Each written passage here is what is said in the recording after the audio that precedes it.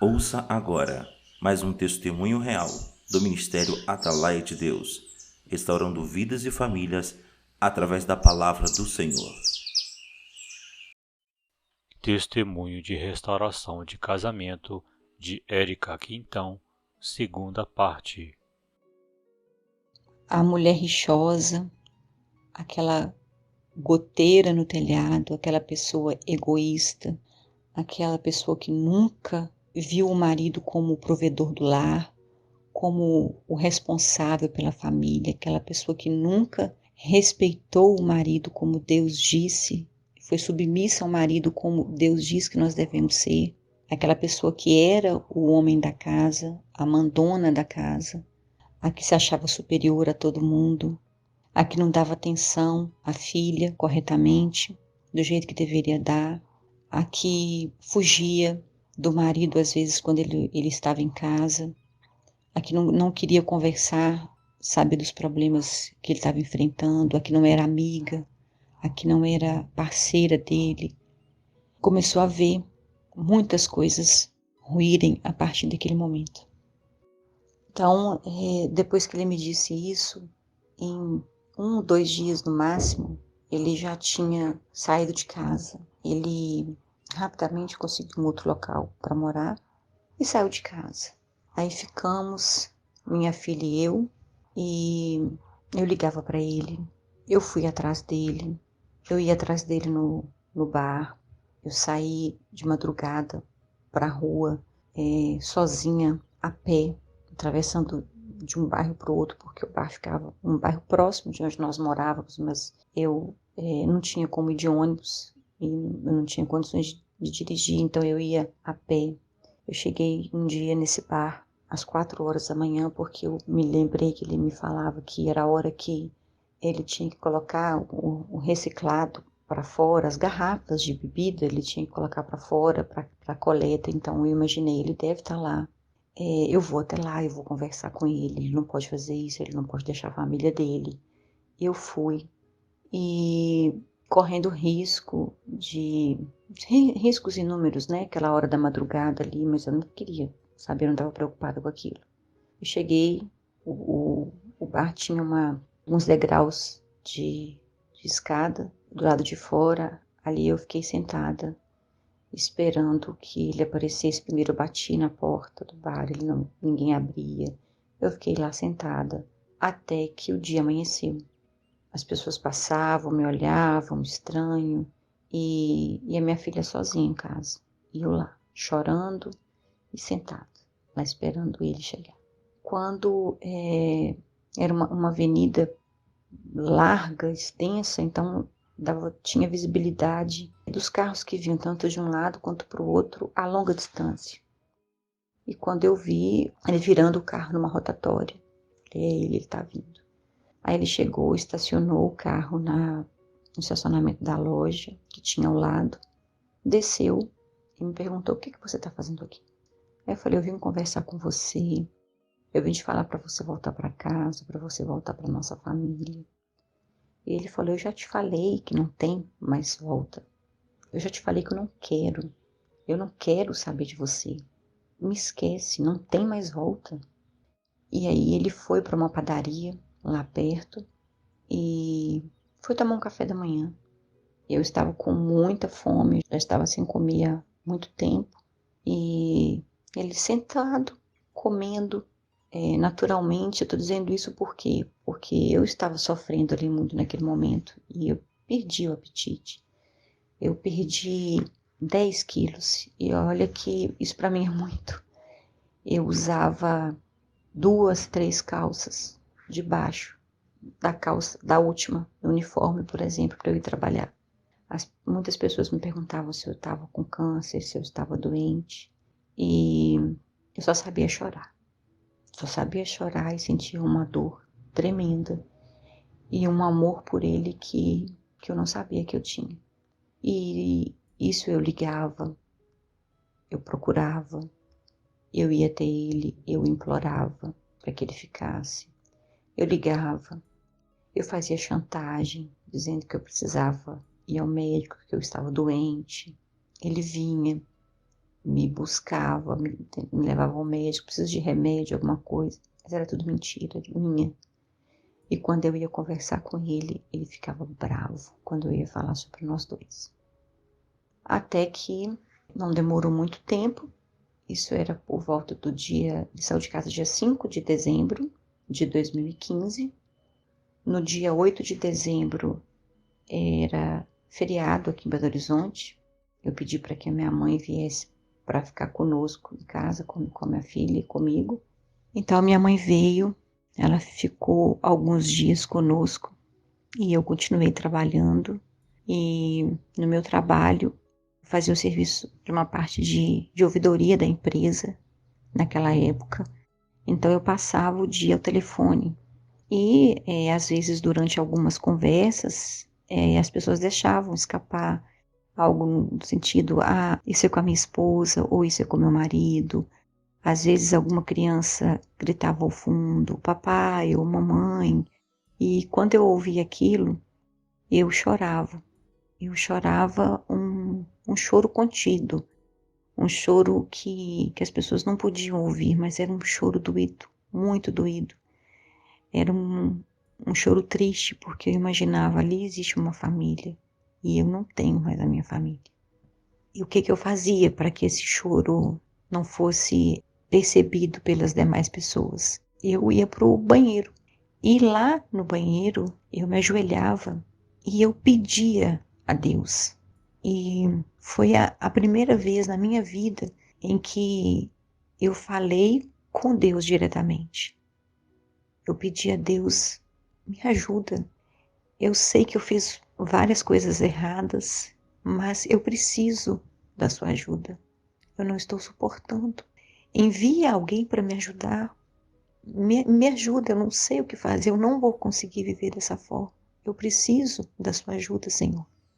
Foi a primeira vez em que eu não pedi como eu fui criada por católicos, né? Em que eu não me... Foi a primeira vez em que eu não me prostrei diante de uma imagem de barro. Foi a primeira vez em que eu não fui a um centro espírita para olhar se alguém tinha feito algum trabalho para destruir a minha vida. Foi a primeira vez em que eu fui diretamente a Deus. Foi a primeira vez. Das outras vezes na minha vida, todos os problemas que eu tive, que eu passei, eu corria a imagem de barro, eu recorria a imagem de barro. Ou eu acreditava que isso era alguém que tinha feito algo contra mim. Eu lia evangelho, que hoje eu sei que é anátema, que é maldição, que o evangelho que não é o de Jesus Cristo é anátema. Eu li os livros do Allan Kardec. Eu fazia na minha casa aquilo que eles mandavam fazer, com questões de água. Eu ia tomar passes, essas coisas todas, achando que eu estava correta. Então eu fiz aquela oração naquele dia e voltei para casa de ônibus. E eu me lembro de estar em pé, não tinha lugar para eu sentar, e eu encostada, né, numa das grades do ônibus ali, me apoiando. Eu entendi, não tem sentido na vida se ter nada. Eu não preciso de nada na minha vida. Eu não preciso de dinheiro, eu não preciso de ter uma família próspera em riquezas. Eu comecei a entender que tudo aquilo que eu vivi no passado, toda aquela forma que eu vivia no passado, ela era completamente errada. E a partir daquele momento ali, eu voltei para minha casa com a mesma dor, com a mesma vontade de ter meu esposo de volta. Eu ainda acordava de manhã e ficava olhando no WhatsApp qual que era o horário que ele tinha dormido. Sabia até quanto tempo que ele tinha ficado acordado. Eu ficava imaginando se ele estaria com outra pessoa. E é uma dor, é um sofrimento que só quem vive consegue explicar, consegue, na verdade, entender. Não tem como medir isso. Então, eu mandava mensagens para ele de manhã. Bom dia, tudo bem com você? Até que um dia eu recebi uma resposta assim, que bom dia nada, vai cuidar da sua vida, vai arrumar alguém, uma outra pessoa para você, me deixa em paz. Quando eu li essa mensagem, eu atravessava as ruas sem olhar sinal de trânsito, eu não sabia onde eu estava pisando, eu não conseguia escutar nada ao meu redor. E durante algumas conversas, né, que eu e meu marido estamos tendo agora, e é muita coisa para conversar, muita coisa que nos surpreende depois, ele me disse que essa mensagem, quem mandou para mim não era ele, não foi ele. Quem escreveu essas palavras, na verdade, foi a pessoa com quem ele estava, que era a funcionária nossa, a caixa da empresa que até então nós tínhamos, que era o bar, né? Ela era a funcionária que ele tinha contratado, era a pessoa que estava com ele e foi ela que respondeu essa mensagem para mim. E eu fui descobrir, pouco tempo depois, que de fato era com ela que ele estava, quando ele colocou a foto dos dois no celular. Então, o mês de dezembro, ele se passou comigo na luta com os meus próprios braços, com as minhas palavras e com as minhas chantagens emocionais e com a minha guerra com eu, achando que ele era meu inimigo, lutando, tentando trazê-lo para casa com a força das minhas palavras, com a força dos meus braços, chantagens com o filho. E cada vez que eu entrava em contato com ele, ele me odiava mais. Mais eu me machucava quando eu entrava em contato com ele. Eu saía mais ferida, eu saía mais abatida e cada vez aquilo ficava pior para mim. Chegou um ponto de ficar insustentável. Eu me recordo de um dia eu pensar em tirar a minha própria vida, porque eu já não estava mais suportando aquela dor. Levantava no meio da madrugada, com dor no peito, uma dor como se eu estivesse passando mal mesmo, e era uma dor física, que eu ficava, gente, meu Deus, como que pode ser isso? Que dor é essa? Eu estou com algum problema de saúde, mas era algo insustentável, insuportável. E eu não dava atenção para minha filha. Eu queria apenas que a minha filha encontrasse com ele e falava para ela: você vai sair com teu pai, você vai falar isso, você vai falar aquilo, você vai falar isso, você vai falar aquilo. Ela era uma criança, ela tinha acabado de completar 11 anos. E eu falava para ela que ela tinha que ir, que ela tinha que encontrar, e que ela tinha que fazer, que ela tinha que fazer. E ela falava. E quando ela chegava em casa, eu a questionava. E aí, você falou? O que ele falou? E em muitos momentos, a minha filha, mesmo ainda sendo muito jovem, ela deixou de me falar muitas coisas que ela ouviu dele para me poupar, para não fazer com que eu sofresse muito mais. Então eu imagino que essas coisas eram do nível que eu ouvia: não quero mais, não tem como, não existe a possibilidade de volta.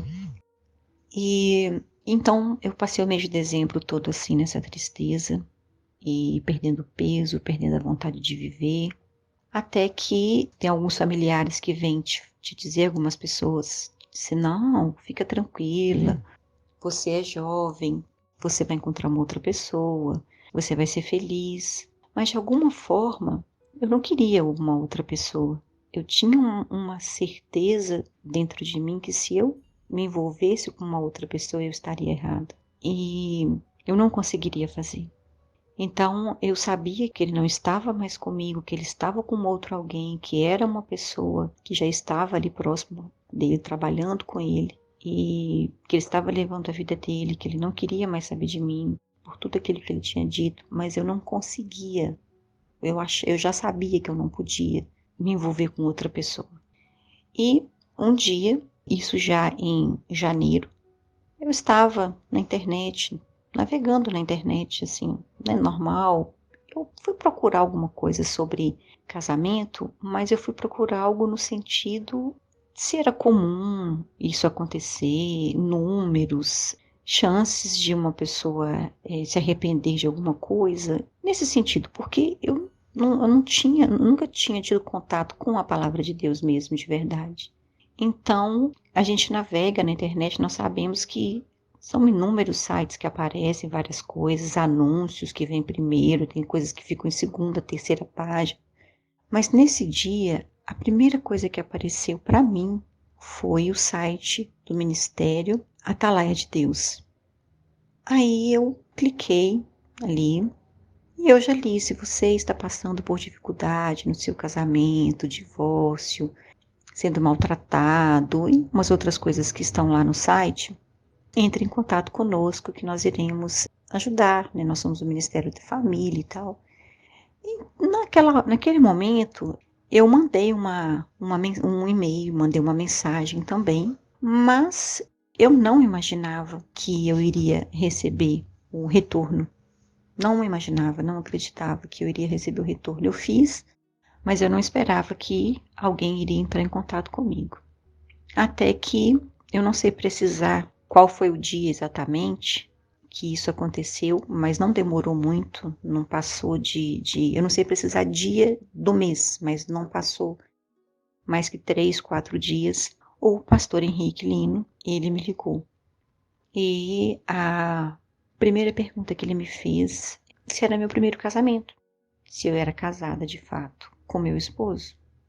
E eu falei para ele, sim, é meu primeiro casamento, nós nos casamos no civil, tivemos uma cerimônia religiosa na igreja católica, porque nós éramos católicos na época que houve, né, o casamento. Ele me perguntou, né, o que tinha acontecido, eu fiz um relato do que tinha ocorrido para ele, mas eu não falei para ele eu maltratava o meu marido, eu era uma mulher rixosa e isso, não. Eu só falei para ele, meu marido me deixou e foi embora e agora eu tô sozinha com a minha filha aqui e tal. E não sabia nem mais o que perguntar, porque eu nunca tinha ouvido falar de restaurar um casamento, de restaurar uma família. Aí ele me perguntou, né, se eu já tinha visto os vídeos dele, que ele tinha uns vídeos né, uns vídeos no YouTube que ele fala sobre casamento, que era para eu ver esses vídeos dele, e depois para que eu entrar em contato com ele depois de passar por esses 10 vídeos. No mesmo dia que o pastor Henrique me ligou, eu vi os vídeos, todos eles num dia só.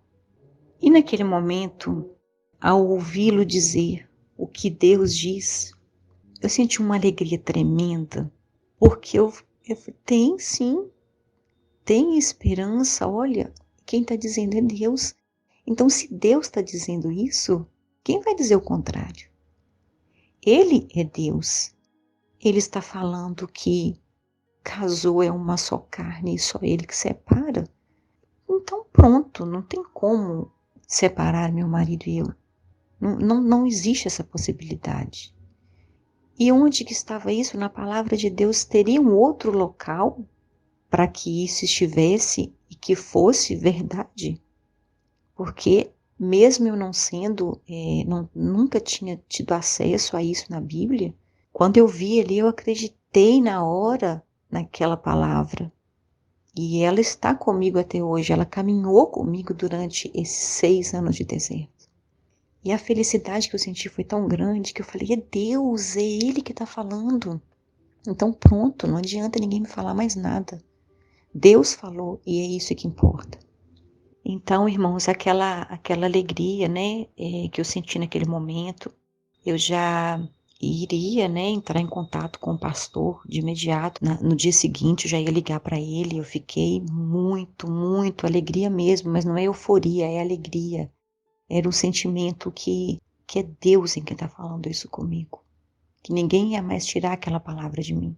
E aconteceu do meu pai precisar ser internado. Ele teve paralisia total, falência dos rins. Mas não tem nada relacionado com a situação que eu estava vivendo no momento, porque meu pai já vinha com sintomas que iriam levá-lo a essa questão. Então, ele passou vários dias no CTI e eu, naquele momento, eu direcionei a minha ajuda, estar lá com ele. Eu tinha férias vencidas, eu fui para lá, para minha cidade, e lá eu fiquei com ele, fiquei tanto no hospital, quanto também ele voltou para casa. E aí esse mês de fevereiro eu não entrei mais em contato com o pastor, não consegui mais. Aí foi o mês de fevereiro, depois no mês de março, a minha mãe, ela teve um tumor na tireoide, ela fez a retirada disso, aí eu precisei também ficar um tempo lá com ela. Eu sei que foram acontecendo algumas coisas que atrasaram o meu contato com o pastor novamente. Irmãos, a minha filha, ela, assim que nós voltamos da nossa terra natal, ela estava com dengue. Então, eu precisei levá-la ao médico. A escola dela ligou dizendo que ela estava sentindo dor de cabeça, tinha vômito e que eu precisava levá-la. Eu entrei em contato com meu marido, pedi para que ele fosse, porque ele estava muito mais próximo da escola que eu. Ele se negou aí, ele não quis ir. Então, eu fui, levei ela ao médico. Ela foi realmente diagnosticada com dengue. E o médico pediu para que ela voltasse 3 dias depois para fazer mais um outro exame, contagem de plaquetas, passou alguns remédios, eu passei na farmácia, comprei tudo que ele havia pedido. E antes de retornar com ela ao médico, eu comecei a ter os mesmos sintomas que ela, muita fraqueza no corpo, aquelas coisas, né, os sintomas da doença.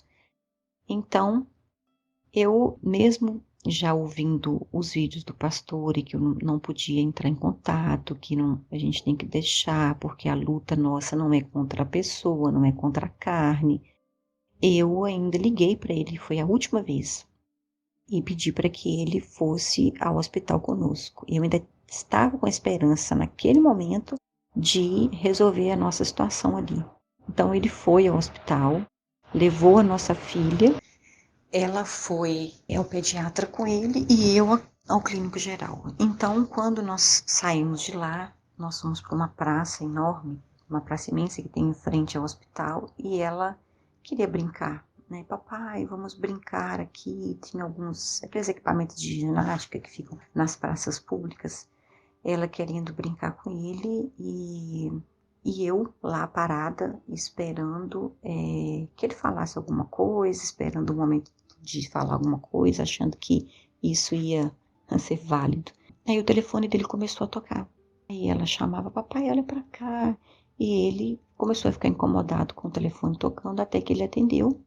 Se distanciou um pouco de nós, atendeu o telefone, voltou e falou, olha, eu preciso ir embora porque eu tenho que comprar ácido fólico, que é um complemento, né, que mulheres grávidas, elas tomam.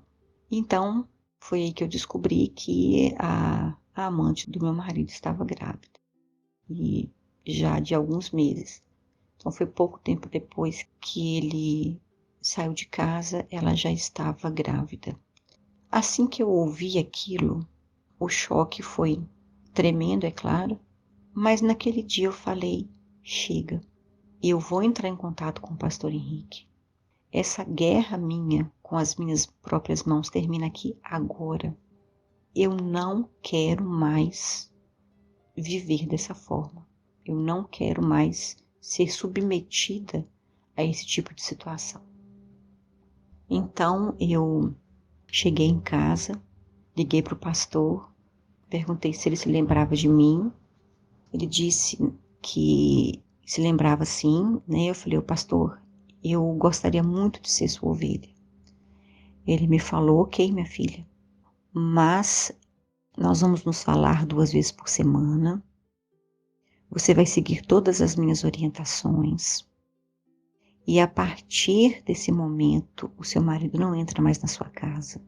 Você não vai ter contato com ele para mais nada, mais nada.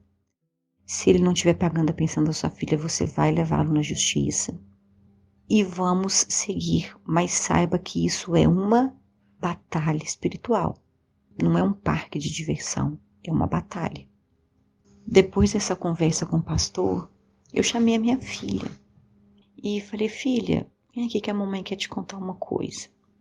Aí eu falei para ela, a mamãe agora, filha, ela vai ser acompanhada por um pastor que ele vai ensinar para a mamãe, ele vai falar sobre a palavra de Deus para a mamãe.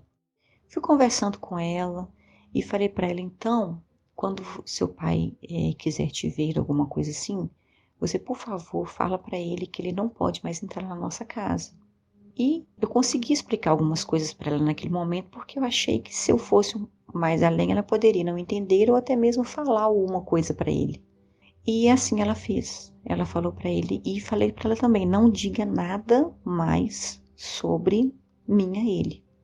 Nada.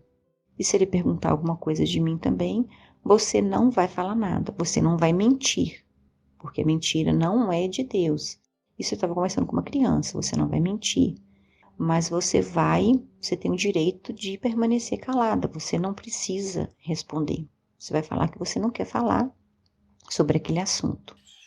E assim foi.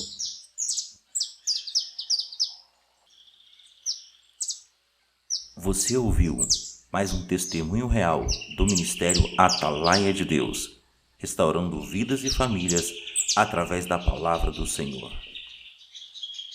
Se você está passando por problemas na sua vida espiritual, familiar, profissional, sentimental, com filhos em situação de risco, envolvimento com drogas ou em processo de separação, divórcio, traído, abandonado, entre em contato conosco. O Ministério Atalaia do Evangelho de Deus está à sua disposição para aconselhamento, oração, intercessão, orientação e cobertura espiritual.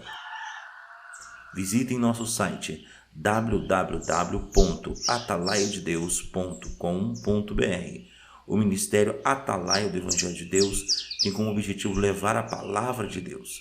Trabalha voluntariamente com assistência às famílias para restaurar casamentos e orientação espiritual a todo aquele que necessita de uma palavra de cura, salvação e libertação. Esse ministério tem obedecido ao chamado do Senhor. Venha fazer parte deste trabalho com a sua oração.